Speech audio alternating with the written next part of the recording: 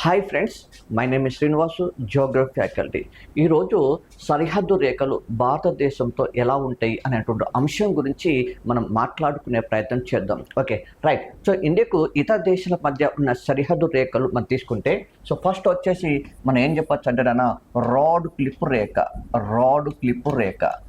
So ఈ rod clip రేఖ అనేది ఏ దేశాల మధ్య ఉందంటే భారత్ అండ్ పాకిస్తాన్ దేశాల మధ్య మాత్రమే కలదు.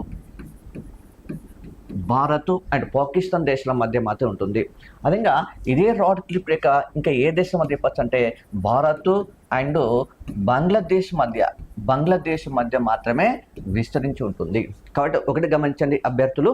సో రాడ్ క్లిప్ రేఖ అనేది భారత్ పాకిస్తాన్ దేశాల మధ్య ఉంటుంది, as well as Bharat Bangladesh మధ్య మాత్రమే విస్తరించి ఉంటుంది. ఇది ఒక రేఖ. నెక్స్ట్ రెండో ప్రధాన రేఖ తీసుకుంటే డ్యూరాండు లైన్.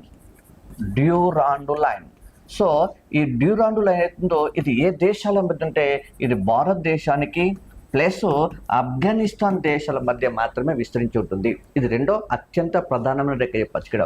దానిలో భాగంగానే మూడో ప్రధాన రేఖ తీసుకుంటే మెక్మోహన్ లైన్. సో ఈ మెక్మోహన్ లైన్ అవుతుందో ఇది ఏ దేశాల మధ్య అంటే ఇది కూడా భారత్ అండ్ సో చైనా దేశాల మధ్య మాత్రమే విస్తరించి ఉంటుంది. చాలా ప్రీవియస్ పేపర్లు తీసుకుంటే ఎక్కువ ఈ మెక్మోహన్ రేఖ మీద అడిగిన సందర్భాలు ఉన్నాయి. మనం ఎక్కువ దీని మీద ఫోకస్ చేయాల్సిన అవసరం ఎక్కువ ఉంటుంది. దానిలో భాగంగానే మనం ఇంకా గమనిస్తే సో 24th లైన్ కూడా ఏ దేశాల మధ్య ఉందంటే ఇది సింపుల్గా భారత్ అండ్ పాకిస్తాన్ దేశాల మధ్య మాత్రమే కలదు. అయితే ఈ 24th లైన్ ఉందో ఏ దేశం దీన్ని యాక్సెప్ట్ చేయాలంటే భారతదేశం మాత్రం దీన్ని యాక్సెప్ట్ చేయలేదు ఇక్కడ. ఎందుకంటే దీనివల్ల ఎక్కువ ల్యాండ్ పాకిస్తాన్ కోల్పోవాల్సిన అవసరం వచ్చింది కాబట్టి అందుకోసమే సో 24th లైన్ వ్యతిరేకించిన దేశం ఏంటంటే భారతదేశం మాత్రం వ్యతిరేకించడం జరిగింది. ఇదొక అంశం. దీనిలో బాగానే మనం ఇంకా గమనిస్తే చూడండి పాకు జలసంధి.